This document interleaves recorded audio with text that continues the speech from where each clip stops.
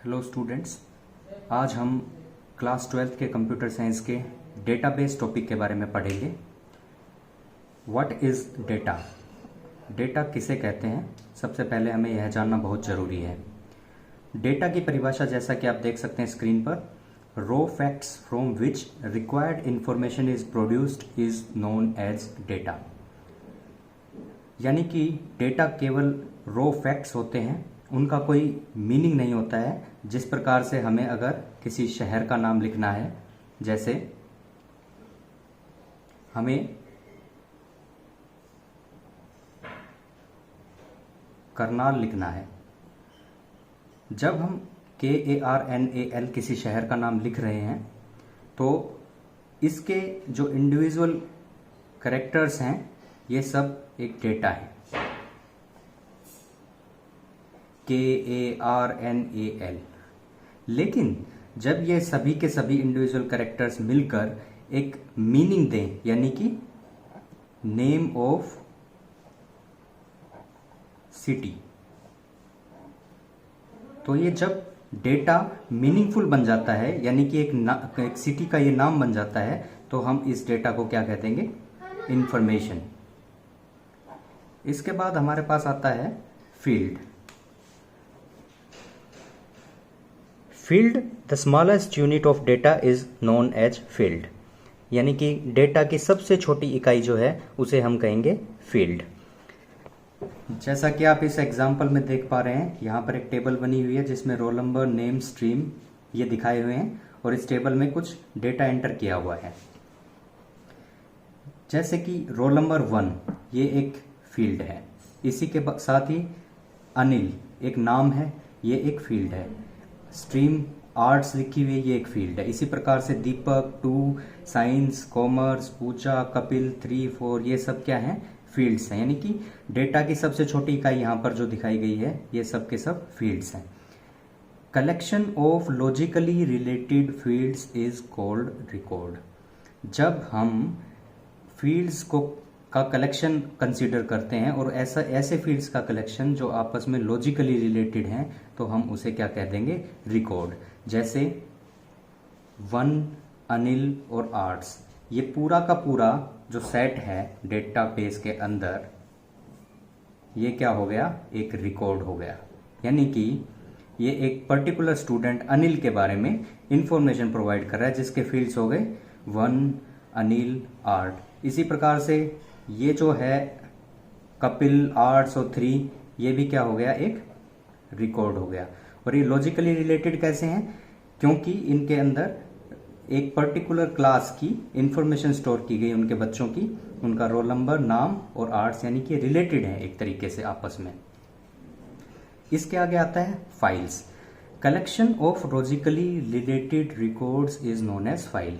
अब ये सारे के सारे जो रिकॉर्ड्स बन गए, इन सब को आपस में हम कलेक्ट कर दें तो क्या बन जाएगी हमारे पास? फाइल। तो ये पूरी की पूरी क्या कहलाएगी? ये हो गई एक फाइल। इसके बाद हमारे पास आता है what is database. Collection of logically related data is known as database.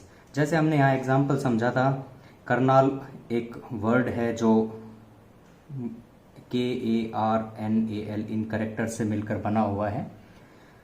जब हम बहुत सी सिटीज़ का नाम कहीं एक जगह स्टोर करना चाहें, यानी कि लॉजिकली रिलेटेड डेटा हो गया सिटी का नेम्स, तो वो सारा का सारा कलेक्शन ऑफ डेटा, यानी कि सिटी के नाम का कलेक्शन, वो सब क्या हो गया? डेटाबेस। फॉर एग्जांपल हमारे भारत में अभी स्मार्ट सिटी का प्रोजेक्ट चल रहा है, तो कलेक्शन ऑफ स्मार्ट सिटी, यानी कि जितनी भी हमारे भारत की स्मार्ट सिटीज़ हैं उनके अगर नामों की हम सूची बनाएं, तो उन सूची के अंदर हम जो डाटा स्टोर करवाएंगे, जैसे वो सिटी कहाँ पर है, किस राज्य में है, ये सब उसकी इन्फॉर्मेशन जब हम स्टोर करवाएंगे, तो ऐसी collection of cities, smart cities की इन्फॉर्मेशन जो है उसको हम क्या कह देंगे? एक ये डेटाबेस ऑफ स्मार्ट सिटीज़ है। अब बात आती है what is database management system, यानी कि DBMS। ये एक बहुत ही इम्पोर्टेंट टॉपिक है और जो बच्चे आगे चलकर इंजीनियरिंग करना चाहते हैं या बीएससी कंप्यूटर साइंस पढ़ना चाहते हैं या सिंपल ग्रेजुएशन के साथ कंप्यूटर साइंस सब्जेक्ट भी पढ़ना चाहते हैं, उन सब को इनके बारे में ज्ञान होना बहुत आवश्यक है। आजकल के जो कॉम्पिटिटिव एग्जाम्स हो रहे हैं, जैसे छोटे मोटे हम नौकरियों की भी बात करें तो सभी की सभी परीक्षाओं में कंप्यूटर से संबंधित क्वेश्चंस आते हैं, जिसमें फुल फॉर्म भी पूछी जाती हैं। जैसे डीबीएमएस की फुल फॉर्म क्या है, रैम की फुल फॉर्म क्या है, रोम की फुल फॉर्म क्या है, सीपीयू की फुल फॉर्म क्या है। तो जो बच्चे कंप्यूटर साइंस सब्जेक्ट नहीं भी पढ़ रहे हैं, अगर वो आने वाले समय में अपने फ्यूचर को सरकारी सेक्टर की नौकरियों की तरफ मोड़ना चाहते हैं, तो उन्हें इस तरीके के प्रश्नों का सामना लगभग प्रत्येक कॉम्पिटिटिव एग्जाम में करना पड़ेगा। तो आइए देखते हैं डीबीएमएस क्या होता है। डीबीएमएस की फुल फॉर्म होती है database management system. DBMS is an interface between user and data stored in database that allows the user to add, delete, modify, retrieve and update the information. अब आप चित्र में देख पा रहे हैं, यहाँ पर हमने यूजर दिखाया हुआ है, यानी कि जो यूजर उपयोगकर्ता कंप्यूटर को चला रहा है। इसके बाद हमने इसके बीच में दिखाया हुआ है डीबीएमएस यानी कि डेटाबेस मैनेजमेंट सिस्टम, और यहाँ पर है एक्चुअल डाटाबेस जहाँ पर डेटा स्टोर किया गया है। ये हो सकता है कोई मेमोरी के अंदर स्टोर हो, डिस्क के अंदर, हार्ड डिस्क के अंदर, रैम के अंदर, कहीं भी किसी भी मेमोरी डिवाइस के अंदर इसको स्टोर किया हुआ है, और यूजर इस डेटा को एक्सेस करना चाहता है। तो यूजर को अगर डेटाबेस में जो डाटा स्टोर है उसको एक्सेस करना होगा तो किसके थ्रू एक्सेस करेगा? डाटाबेस मैनेजमेंट सिस्टम के थ्रू। तो इसकी डेफिनेशन को हमें रटना नहीं, हमें इस डायग्राम के माध्यम से समझना है कि database management system is an interface between user and data stored in database that allows the user to add data to the database, delete, modify, retrieve and update the information from or to the database। जैसे अगर हमारे पास ये कोई class 12th की file है, इसके अंदर हमें कोई डेटा डिलीट करना है, यानी कि हर स्टूडेंट है, मान लो स्कूल को छोड़कर चला गया 12th क्लास से, तो उसका डेटा हमें डिलीट करना है। तो ये एंट्री हमें क्या करनी होगी? डिलीट करनी होगी। तो इस एंट्री को हम डिलीट करेंगे तो क्या करेंगे? हम डीबीएमएस को एक्सेस करेंगे, और डीबीएमएस हमें क्या करेगा? इस डेटाबेस के अंदर जो हर्ष की एंट्री है उसको यहां से डिलीट करेगा। इसी तरीके से मान लो एक नया स्टूडेंट इसमें एडमिट हो गया और हमें 6th एंट्री डालनी पड़ जाए, तो हम क्या करेंगे? यहां पर उस बच्चे की एंट्री लिख देंगे और उसको ऐड करवाएंगे।